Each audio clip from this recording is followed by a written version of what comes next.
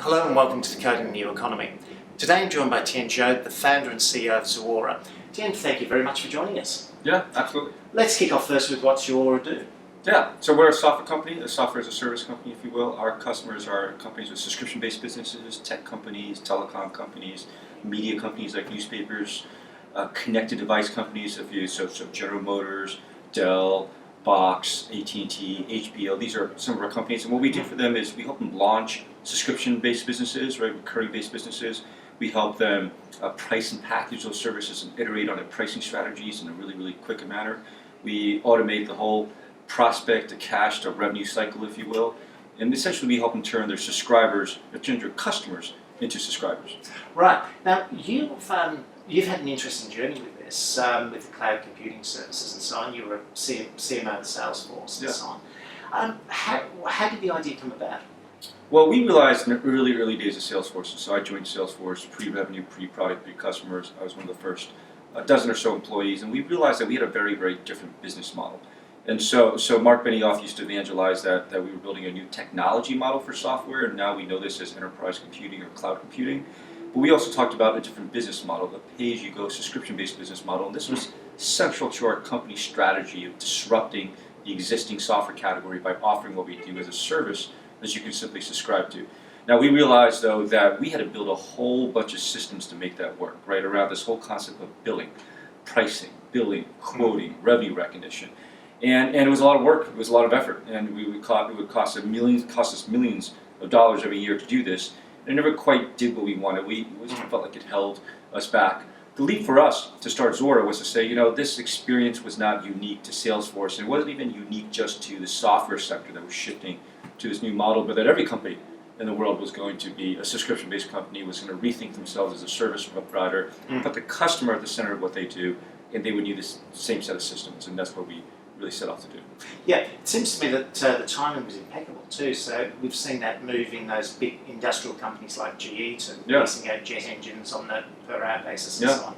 So you're seeing this right across the economy, I take it. Well, we took our heads up. We were heads down in the software sector. We looked at companies like Netflix, which at the time was a DVD rental service. That's right. We looked at companies like Zipcar, right? This is pre-Uber, where instead of buying a car, you can go to Zipcar and pick up any car that you wanted.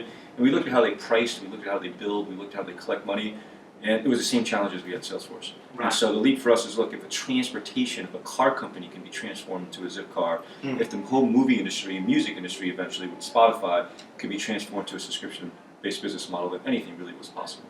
Yeah, and we're seeing this now with the Internet of Things. I noticed that your company's got a big footprint there now too. Absolutely. So one of our fastest growing sectors is the manufacturing economy, and it's really driven by the Internet of Things, right? Companies, and this could be anything from car companies to furniture companies to beer manufacturers to industrial equipment to thermostats on your walls, right? They're realizing that they can put sensors in their devices, hook it up to the internet or either Wi-Fi or 4G connection, collect all this information, and the first step is always to say, well, how do I make a smarter device, right? How do I make a smarter thermostat? How do I make a smarter car? How do I make a smarter keg for beer, if you will? But the next step is to say, I can actually understand what my customers are doing right now, and I can transform my business into a customer-centric business. If you think about it, any manufacturing company that launches a product, well, a company down the street can reverse engineer your product and reproduce really the core IP. But if the core of your business is your understanding of your customers, how are they using your service? What are their preferences? Are they using it more? Are they using it? Is it less? And what are the behavioral attributes that are more correlated to long-term customer value, right? Loyal to customers that will ultimately give you more money. And that's not something that your competitors have, right? This is something that's very proprietary, and ultimately that becomes your competitive advantage. So that's really changing the entire model for a lot of these industries. Well, it's pretty amazing. You look at car companies and you look at what Tesla is doing, and Tesla's cars are all connected to the internet, and they actually update themselves. Every few months there's a software push to the Tesla car over the air. You walk into the car and it has new features. It has new features in the dashboard.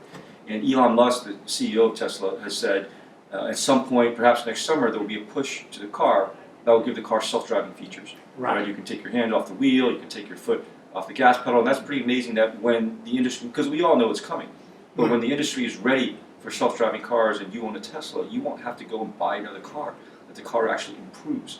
Now you look at that and you say, okay, if I walk into a different car that does not have that capability, it starts to feel weird, just like if you have a phone, you have an app and it doesn't update itself once in a while with new capabilities, it just feels odd. And so every car manufacturer is responding, right? General Motors, Audi, BMW, and that's just cars. Now if you apply that to really anything that we use in the world, cameras, TVs, industrial equipment, thermostats, that's clearly where the world is going. Yeah. So what you're describing there is a big disruption for a lot of those existing business models. What's your advice to managers, entrepreneurs, business owners who have got that older business model that's now being changed? Yeah, well, we would talk to some of the best companies in the world about this. It does start with a bit of a defensive posture, right? Will we be disrupted? We're in the car industry, will we be disrupted by Uber? We're in the hotel industry, will we be disrupted by Airbnb?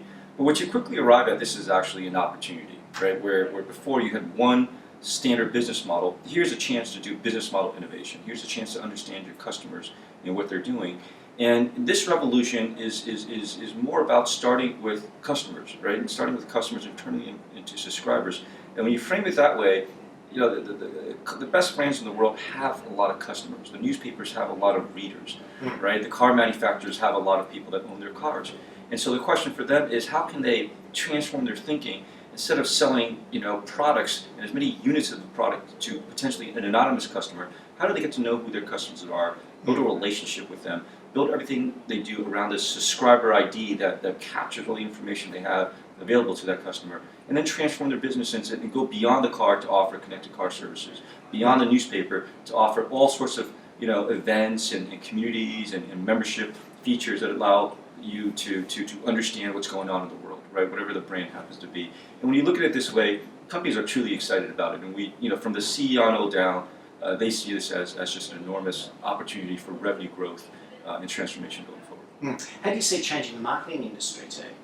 Well, the marketing industry right now uses more of a hammer, right, against a nail, right? They're not building relationships, and so rather than trying to trick you with branding or promotions to buy my product, why don't I simply get you to try my product, right? Marketing winds up investing more in bringing out the capabilities of the product, making it easier to use, letting customers get the benefits of it, working hand in hand with the product design organization. That's really the role of marketing going forward, to build that one-to-one relationship with that customer around the service itself that's based on an authentic experience versus promotional words that are on a TV commercial. Right. So where do you see Zuora going in the next few years?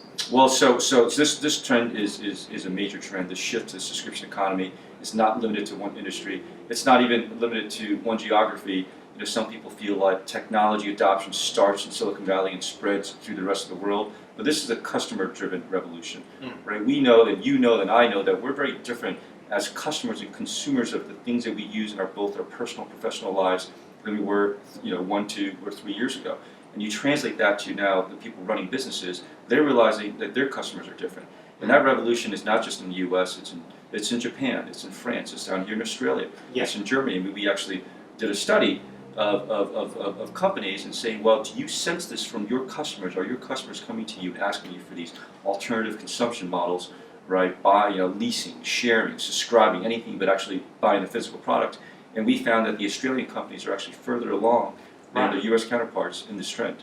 And so we're investing in more industries, we're investing in more geographies, we're investing in more product, and because we think this is a very exciting transformation. And we want to make sure that we continue to help companies through this transition to the subscription economy. Well, on that, thank you very much for your time today. Great, thank you. Thank you, Paul. And thank you very much for joining Decoding the New Economy.